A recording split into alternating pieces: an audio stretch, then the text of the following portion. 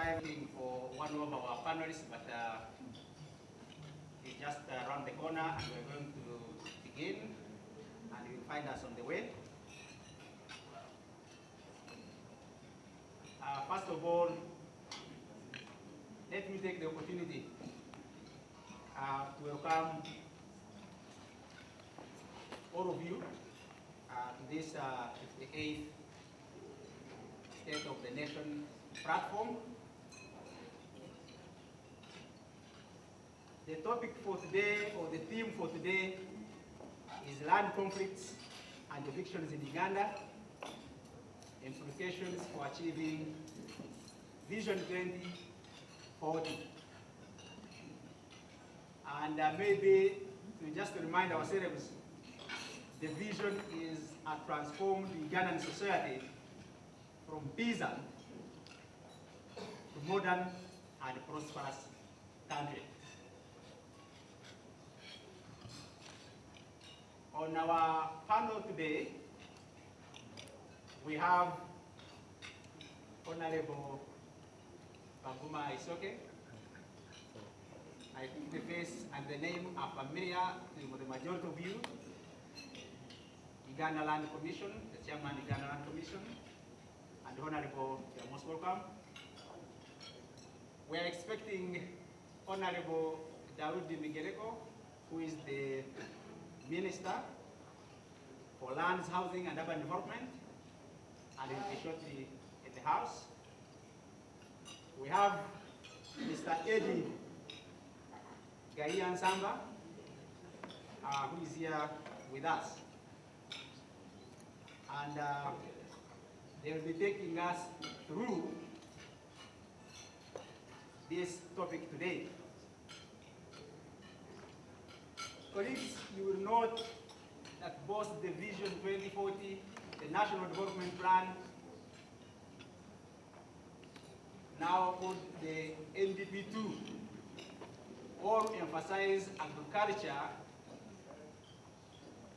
as one of the priority sectors through which poverty is going to be eradicated and increase household incomes.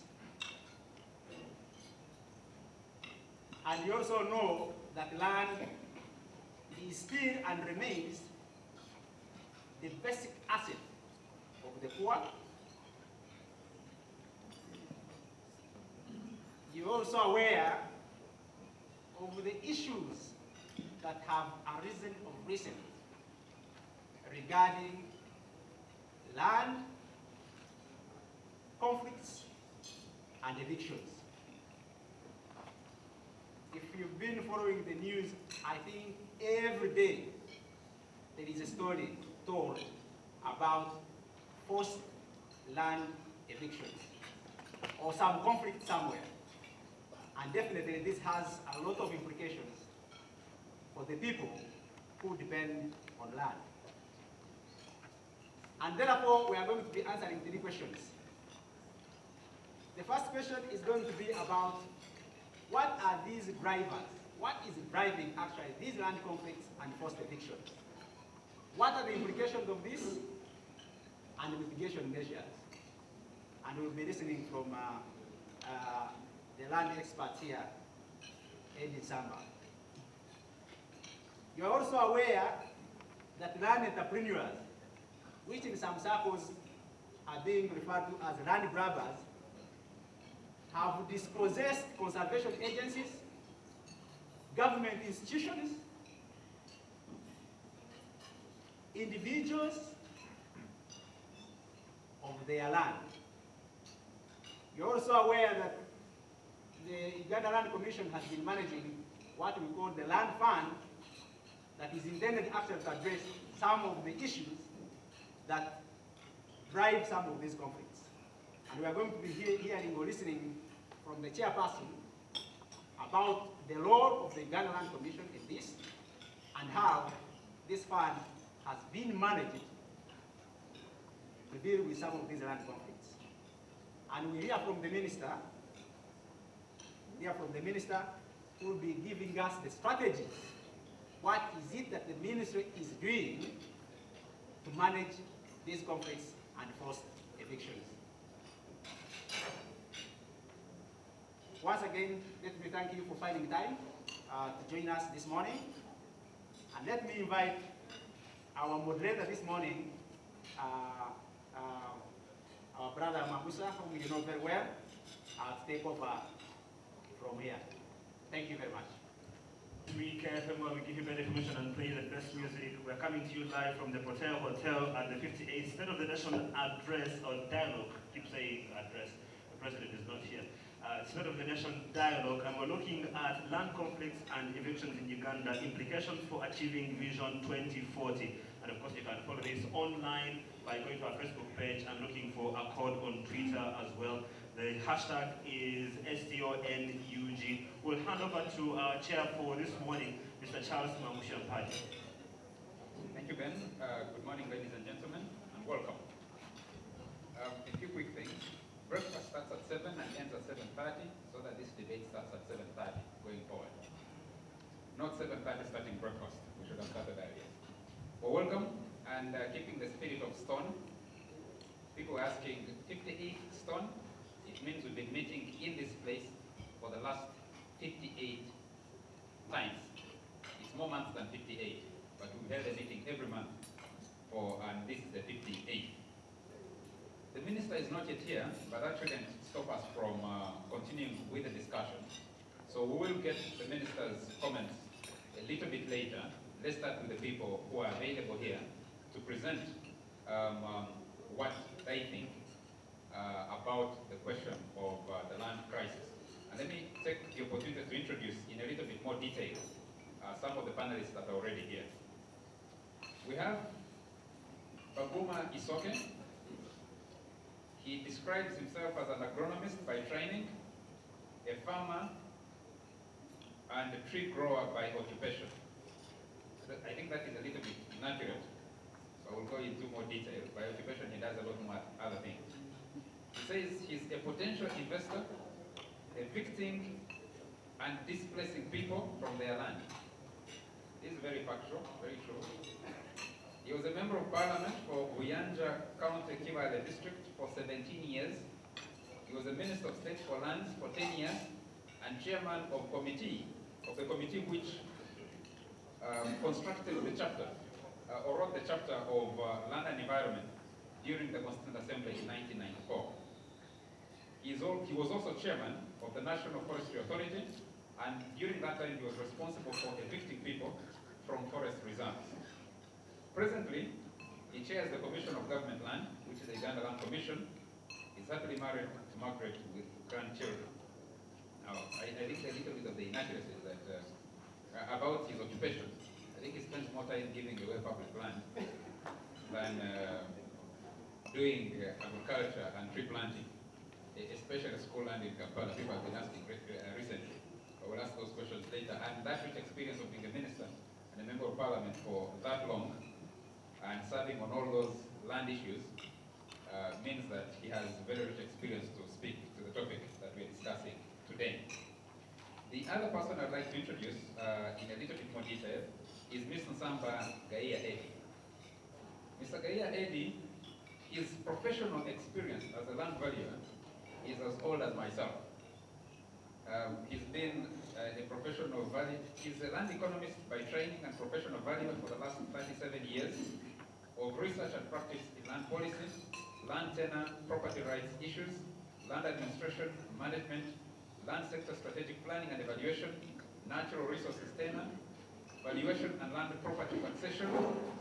He holds a BA Honors degree in land economics from the University of Nairobi and a Master's of Science from the University of Reading in England.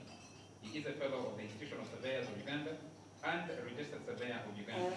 He is in private consultancy after working in the Ministry of Lands, Uganda, for 25 years, where he rose in ranks to become Chief Government Valuer.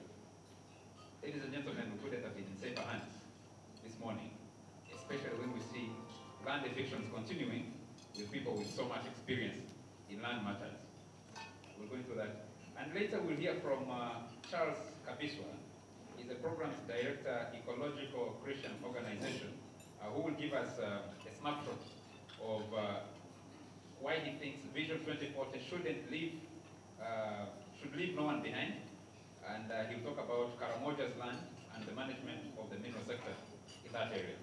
May I invite, ladies and gentlemen, at this time, Mr. Edin Sambagaia, Policy Analyst and Land Natural Resources Center, to give us a presentation which will focus on land conflicts and drivers to land evictions and acquisitions and their implications to sustainable development and mitigating measures to address the challenges.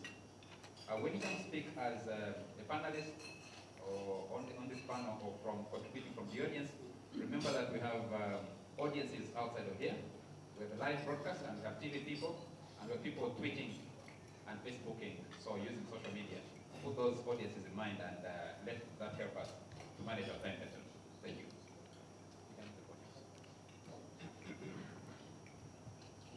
Protocol.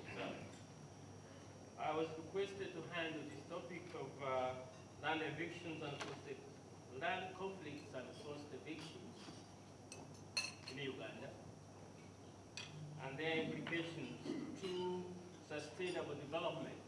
I decided to add human rights because I thought it was critical to put it there. Onesimus, excuse me, I had to do that. I have 15 minutes. I should be moving fast through this presentation. I want to look at causes and drivers and triggers of land conflicts and forced evictions first. What are forced evictions? Sometimes we talk of forced evictions and we don't know what it means. Consequences of forced evictions. The prohibition of forced eviction under international law. Obligations on states and the responsibilities of others, including business enterprise and individual landowners. And lastly, mitigation measures to address the challenge.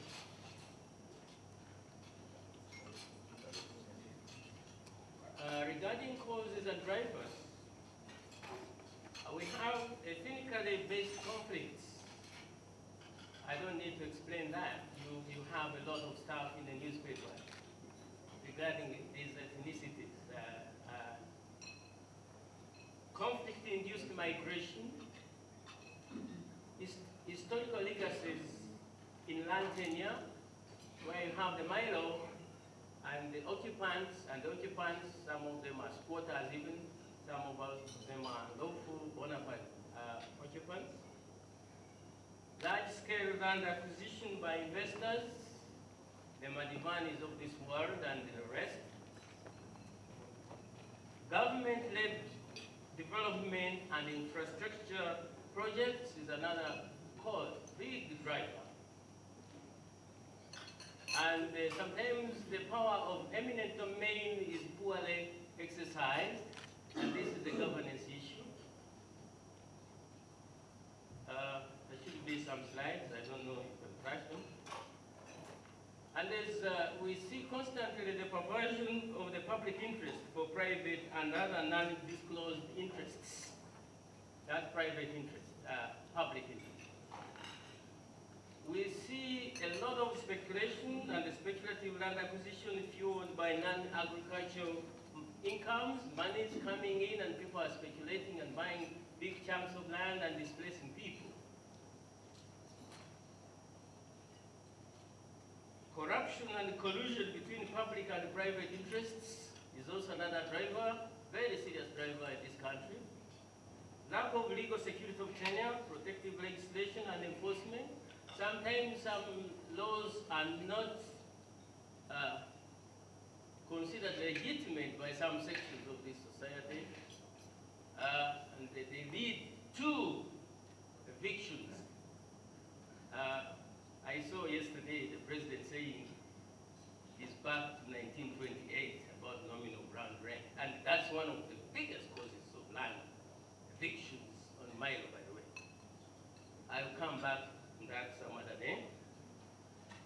Deficit in land administration and the land dispute resolution mechanisms. These systems are almost dysfunctional. You should have read an article by somebody in the Observer, I think 2 days ago. armed conflicts. You can go on and on and on. The causes are very many.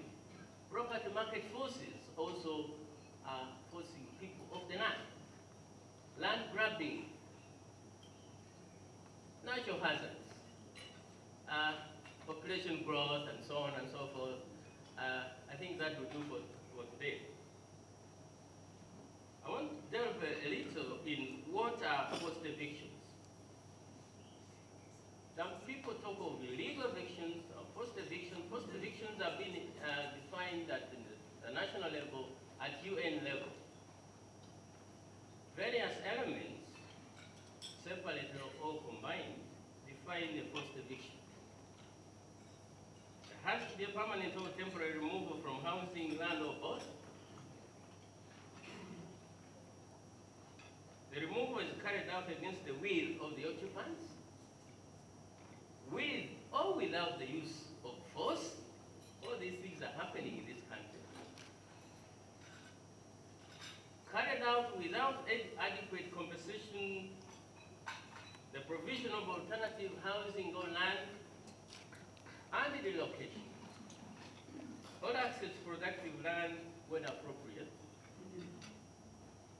Carried out without the provision of and access to appropriate forms of legal and other protection. Legal and other protection is very, very important.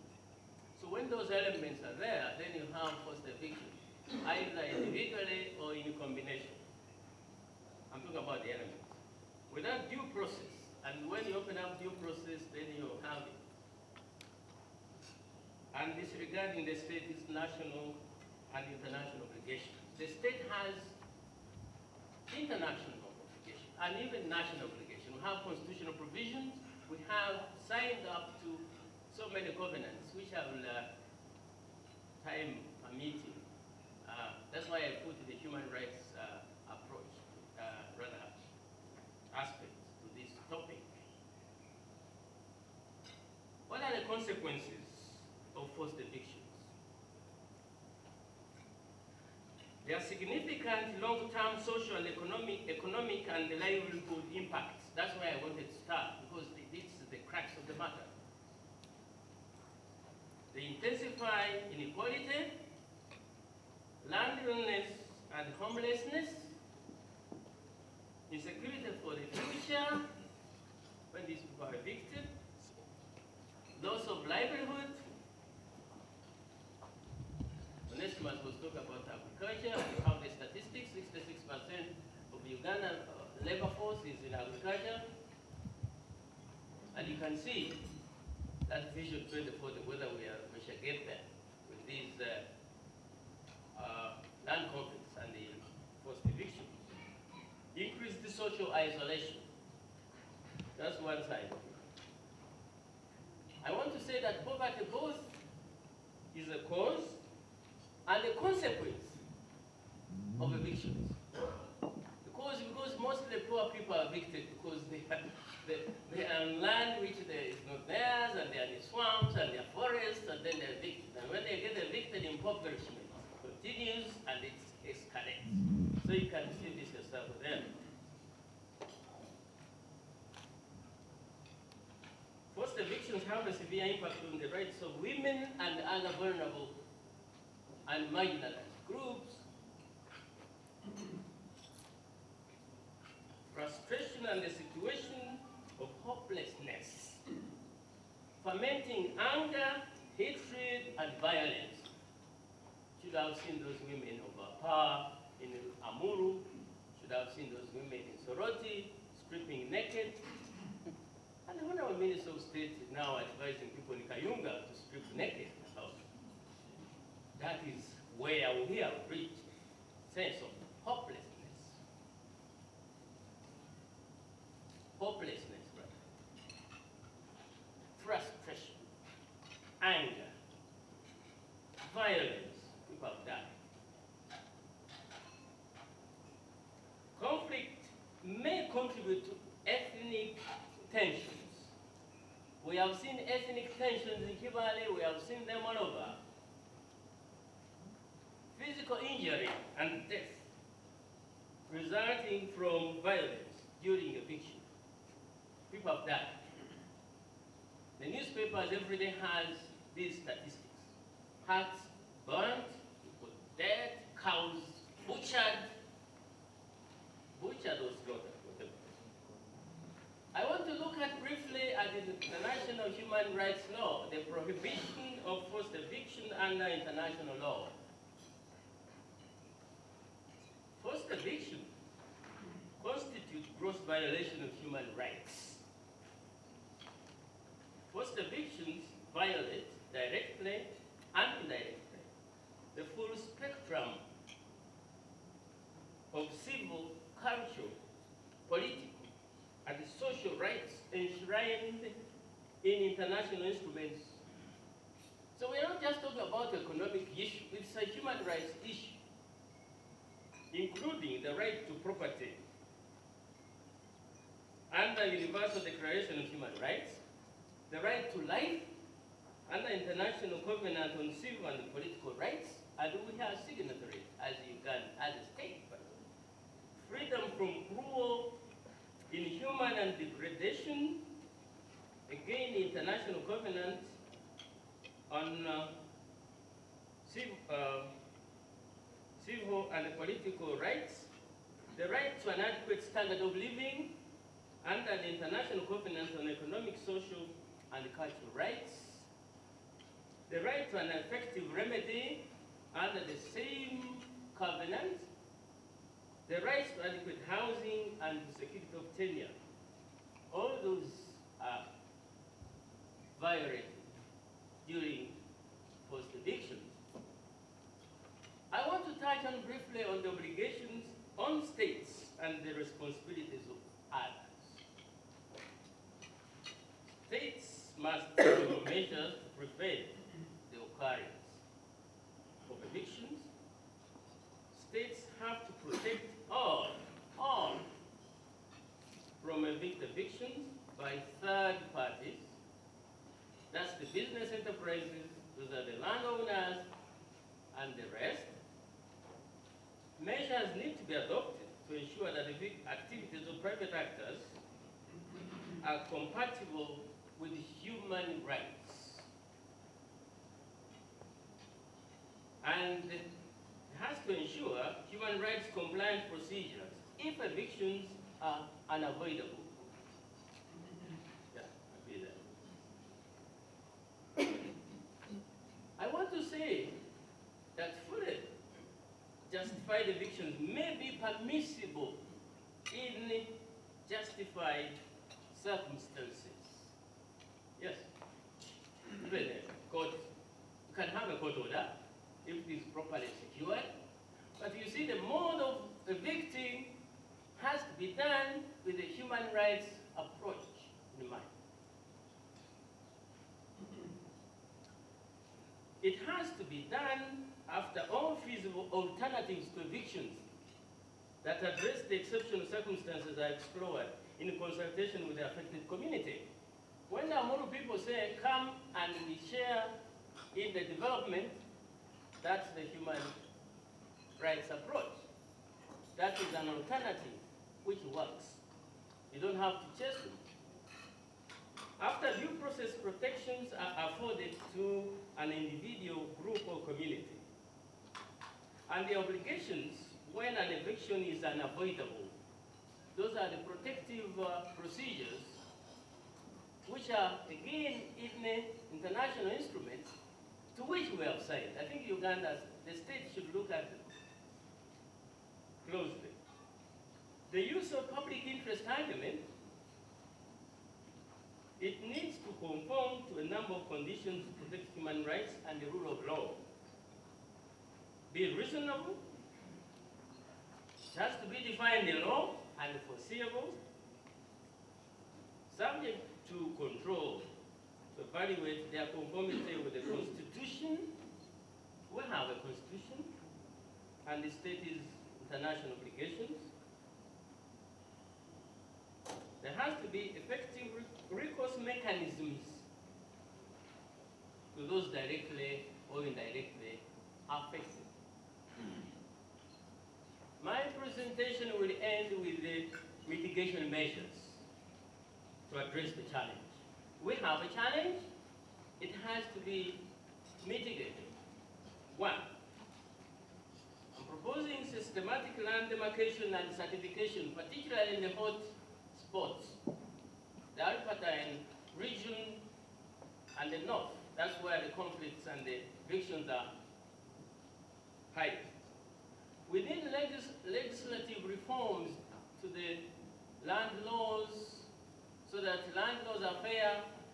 By the way, are you aware, when you open the Land Act, compensation becomes a secondary issue. It has been removed from our legislation, by the way, seriously. 3, the state should take specific preventive measures to avoid and or eliminate underlying causes of forced evictions. You see, we started with the causes, underlying causes. So the state should be interested in taking specific preventive measures. All alternatives to eviction have to be considered first before you evict. And I'm giving some examples. Eviction and relocation should be the last resort. I hope the state has had that. And the people who are evicted. It should be a last resort. When all other alternatives have been evaluated. Eviction must be carried out. Of course, if you are going to do a refinery, then people have to go. But how you handle the people going, that's the human rights approach.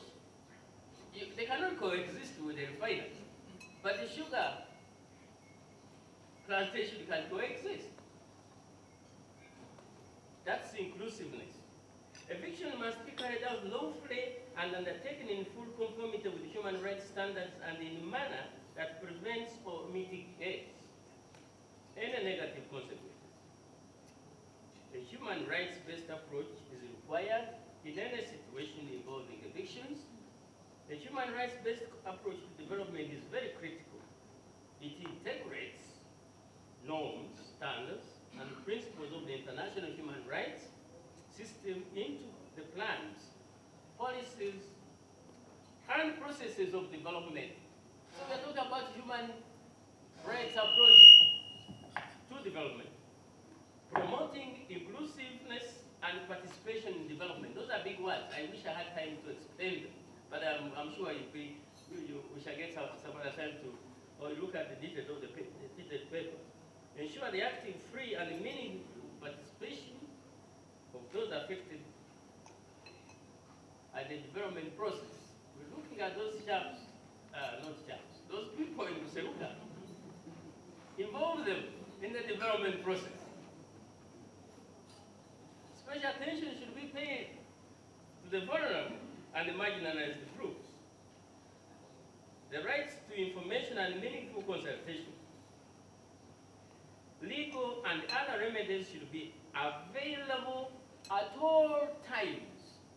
And these include a fair hearing, access to legal counsel and legal aid, free if necessary for those who cannot afford, return, restitution. We're talking about even the IDPs. How do they go back? The refugees, when they come back, how do they go back and claim their land? Fair, just and adequate compensation needs to be provided in advance. And even those who do not have title to land should be considered for compensation. These are international standards to which we have said. Lastly, ensure due process and meaningful recourse mechanisms. And I'm saying we should have had a national policy on land acquisition, resettlement, and rehabilitation yesterday. And let's have it in place so that we can resolve some of these issues. Thank you very much. Thank you very much, Mr. Samba. And we're handing over to taking a break with Ben. Thank you very much, Mr. Chairman. You're listening to 93.3 KFM. We're live at the Protea Hotel. Just heard from Mr.